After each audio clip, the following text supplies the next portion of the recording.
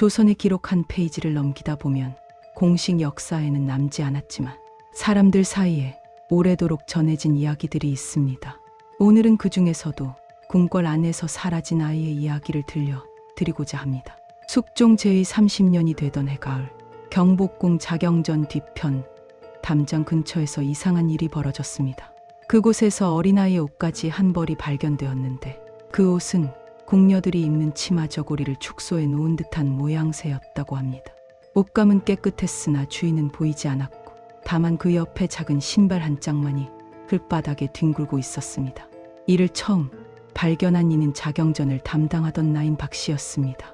박 씨는 그날 아침 일찍 마당을 쓸다가 담장 모퉁이에 놓인 옷가지를 보고 이상하게 여겼습니다. 궁궐 안에서 어린아이가 혼자 돌아다닐 리 없었고 더욱이 그 시각은 아직 해가 완전히 뜨기 전이었기 때문입니다.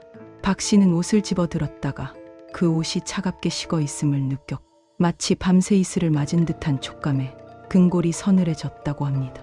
박 씨는 곧바로 상궁에게 이 사실을 알렸습니다. 상궁은 옷을 살펴보더니 표정이 굳어졌습니다. 그 옷은 분명 궁 안에서 만들어진 것이었으나 어느 처소의 것인지 알 수 없었기 때문입니다.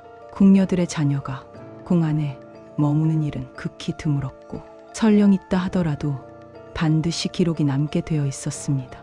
상궁은 즉시 내관을 통해 각 처소에 알아보도록 했으나 어느 곳에서도 아이를 잃었다는 보고는 들려오지 않았습니다. 그로부터 사흘 뒤 이번에는 창덕궁 후원 연못가에서 같은 일이 벌어졌습니다. 연못을 관리하던 내관이 물가에서 어린아이의 버선 한 켤레를 발견한 것입니다. 버선은 깨끗이 빨아말린 듯했으나 주인은 어디에도 없었습니다. 내관은 혹시 아이가 연못에 빠진 것은 아닌가 하여 급히 사람을 불러 물속을 뒤졌으나 아무것도 나오지 않았습니다. 다만 연못가 진을 위에 작은 발자국 몇 개가 희미하게 남아 있었는데 그 발자국은 연못을 향해 나 있다가 갑자기 끊어져 있었다고 합니다. 소문은 빠르게 퍼져나갔습니다. 궁녀들 사이에서는 밤마다 어린아이의 울음소리가 들린다는 이야기가 돌기 시작했습니다. 어떤 이는 담장 너머에서, 어떤 이는 빈 행각에서, 또 어떤 이는 우물가에서 그 소리를 들었다고 했습니다. 울음소리는 애처로웠으나 어디에서 나는지 정확히 알 수 없었고 소리를 따라가 보면 어느새 사라져 버리곤 했다고 합니다. 이 무렵 궁궐 안에서는 한 가지 소문이 더 떠돌고 있었습니다. 10여 년 전 궁녀 하나가 몰래 아이를 낳았다가 발각될까 두려워 아이를 궁 밖으로 내보내려 했다는 이야기였습니다. 그러나 아이를 데리고 나갈 방법이 없었던 궁녀는 결국 아이를 담요에 싸서 궁 담장 밖으로 넘기려 했다고 합니다. 하지만 그날 밤 갑자기 순찰이 돌았고 궁녀는 황급히 아이를 숨긴 채 자리를 피했습니다. 그리고 다음날 아침 아이는 흔적도 없이 사라져 있었다고 합니다. 이 이야기가 사실인지 확인할 길은 없었습니다. 그 궁녀가 누구였는지 아이에게 무슨 일이 일어났는지 아는 이가 없었습니다. 다만 그 일이 있은 뒤로 그 궁녀는 점점 말이 없어지더니 결국 병을 얻어 세상을 떠났다는 이야기만이 전해졌습니다. 그리고 그 궁녀가 죽은 뒤부터 궁궐 안 곳곳에서 이상한 일들이 벌어지기 시작했다는 것이었습니다. 상궁은 이 소문을 듣고 크게 우려했습니다. 궁 안의 분위기가 흉흉해지면 일이 제대로 돌아가지 않을 뿐 아니라 자칫 상감의 귀에까지 들어갈 수 있었기 때문입니다. 상궁은 각 처소의 나인들을 모아놓고 함부로 헛소문을 퍼뜨리지 말라고 엄히 경고했습니다. 그러나 이상한 일들은 멈추지 않았습니다. 어느 날 밤 야간 순찰을 돌던 내관 하나가 후원 정자 근처에서 기묘한 광경을 목격했습니다.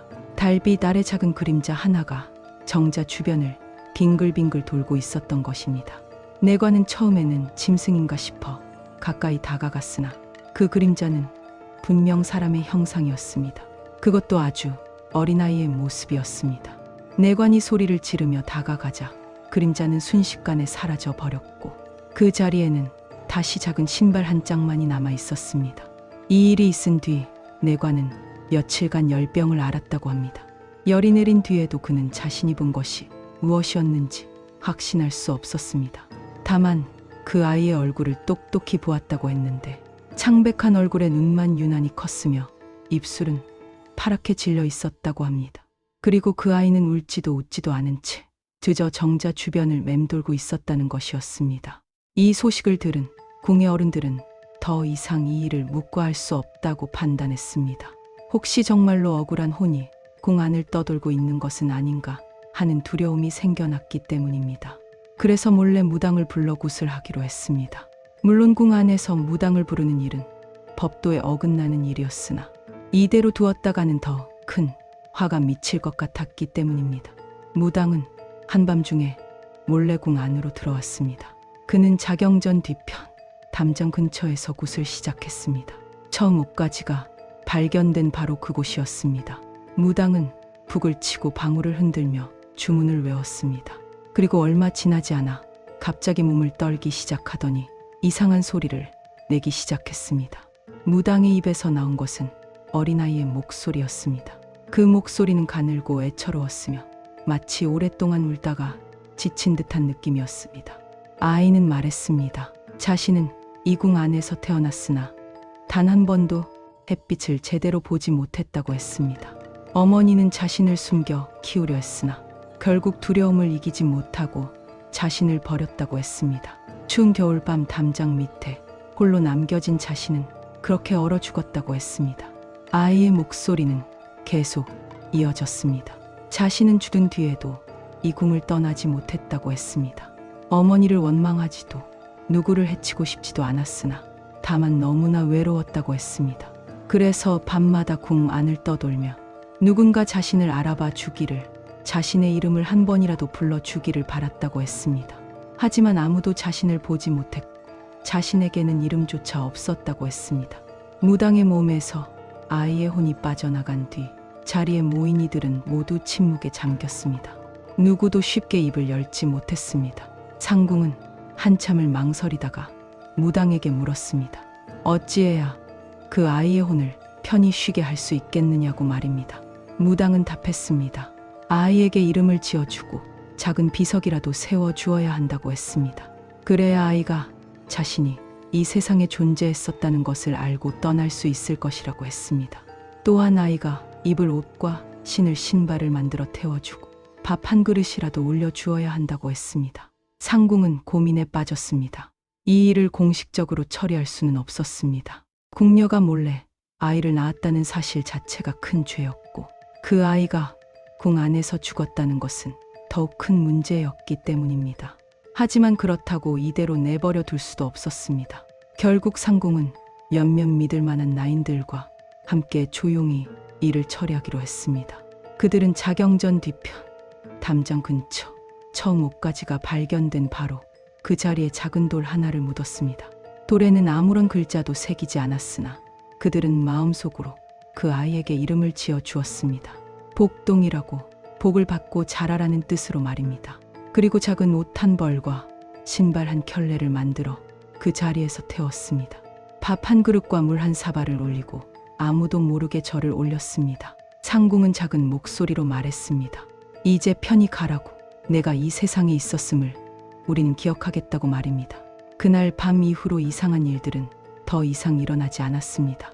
아이의 울음소리도 작은 그림자도 흔적 없이 사라진 옷가지들도 더 이상 나타나지 않았습니다. 궁녀들은 그제야 안도의 한숨을 내쉬었습니다. 아이가 마침내 편히 떠났다고 믿었습니다. 하지만 그 일을 겪었던 상궁과 나인들은 평생 그 일을 잊지 못했다고 합니다. 그들은 가끔씩 자경전 뒤편 담장을 지나갈 때면 그 자리에 잠시 멈춰 서곤 했습니다. 그리고 아무도 모르게 작은 기도를 올렸습니다.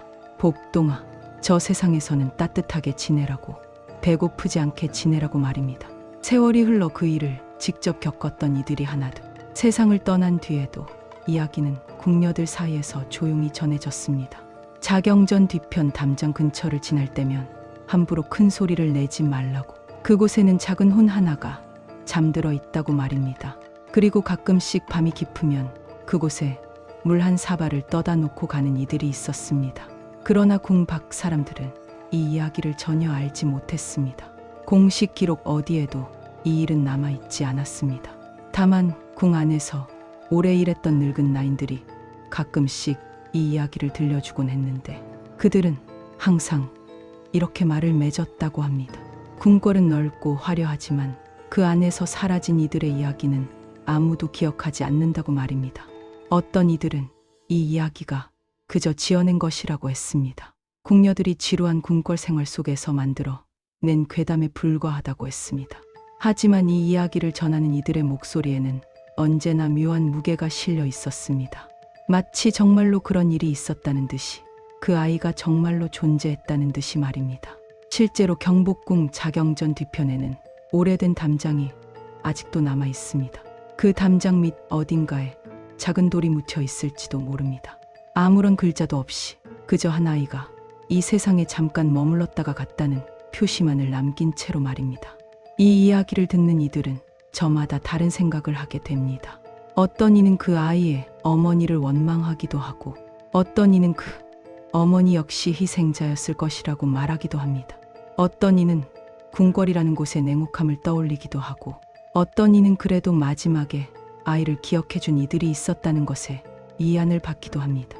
하지만 분명한 것은 그 아이가 한때 이 세상에 존재했다는 것입니다. 비록 이름도 없이 기록도 없이 사라졌지만 적어도 몇몇 사람들의 기억 속에는 남았다는 것입니다. 그리고 그 기억이 이야기가 되어 지금까지 전해지고 있다는 것입니다. 궁궐을 찾는 이들은 화려한 정각과 넓은 마당을 보며 감탄합니다. 하지만 그 아름다움 뒤에 숨겨진 수많은 이야기들이 있다는 것을 아는 이는 많지 않습니다. 담장 하나하나, 돌 하나하나에도 누군가의 삶이 스며 있고 누군가의 눈물이 배어 있다는 것을 말입니다.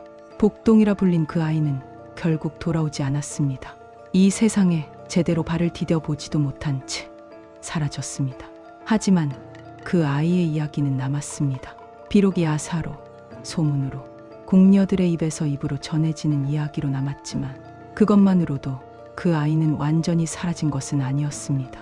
지금도 가끔씩 경복궁을 찾는 이들 중에는 자경전 뒤편, 담장 근처에서 이상한 느낌을 받는다는 사람들이 있습니다. 특별히 무서운 것은 아니지만 왠지 모를 슬픔이 느껴진다고 합니다. 마치 누군가 조용히 울고 있는 것 같다고 말하는 이들도 있습니다. 그것이 정말 그 아이의 흔적인지는 아무도 알 수 없습니다. 하지만 그 자리를 지나는 이들이 잠시라도 멈춰서서 그곳에 얽힌 이야기를 떠올린다면 그것만으로도 그 아이는 잊히지 않은 것이 아닐까 합니다. 역사는 기록으로 남지만 야사는 사람의 기억으로 이어집니다. 오늘 이야기 역시 그중 하나였습니다. 이 이야기가 마음에 드셨다면 좋아요와 구독 부탁드립니다. 다음에도 더 흥미로운 조선의 이야기로 찾아뵙겠습니다.